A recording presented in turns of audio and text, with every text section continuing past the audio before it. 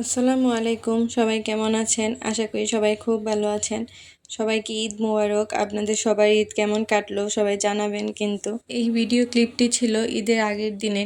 আমাদের গরুটি ঈদের আগের দিন এনেছিল। জিসানমণি তো গরু দেখে অনেক খুশি হয়েছিল। বাসায় গরু নিয়ে আসার সময় জিসানমণিকে বাসার নিচে নিয়ে গিয়েছিলাম।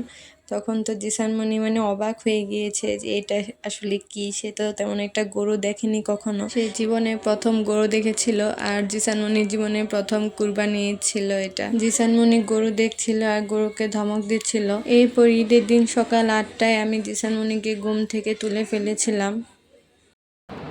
গুড মর্নিং বাবা, উঠো মা, ঈদ মুবারক। উঠো উঠো, আজকে ঈদের দিন না, তাড়াতাড়ি উঠতে হয়তো আজকে। জিসান বাবু তাড়াতাড়ি উঠে পড়ো, আজকে তো ঈদের দিন, জানো না? ঘুম ভেঙেছে তোমার? হ্যাঁ, গোসল করতে হবে। চোখে অনেক ঘুম। চোখে অনেক ঘুম। আরে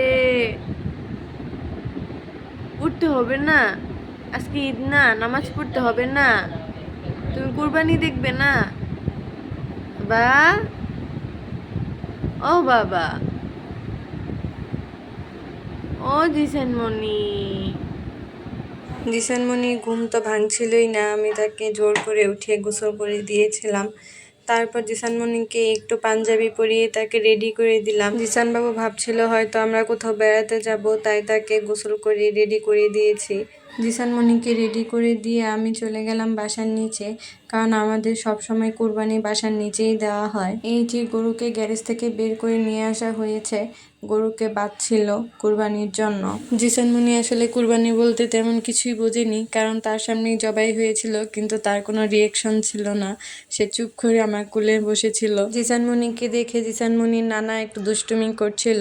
আর সেদিন কিন্তু সবারই অনেক বেশি কষ্ট হয়েছে, বিশেষ করে আমার মার অনেক বেশি কষ্ট হয়েছে। এরপর জিসানমণিকে সকালে ঘুম থেকে তোলার জন্য জিসানমণি আবার ঘুম পেয়ে গিয়েছে। তার মেজাজ অনেক বেশি খারাপ হয়ে গিয়েছিল, তাই আমি তাকে উপরে নিয়ে এসে আবার ঘুম পাড়িয়ে দিয়েছিলাম। এই যে সে কান্না করছে, প্যান প্যান করছে সে ঘুমানোর জন্য। আমি তো এবার তেমন কিছুই করতে পারিনি ঈদের দিন, কারণ জিসানবাবু ছিল, জিসানবাবুকে আমার রাখতে হয়েছে। তাই আজকে মাকে একটু কাটাকুটি করে দিয়েছিলাম, যেন একটু হলেও মার হেল্প হয়।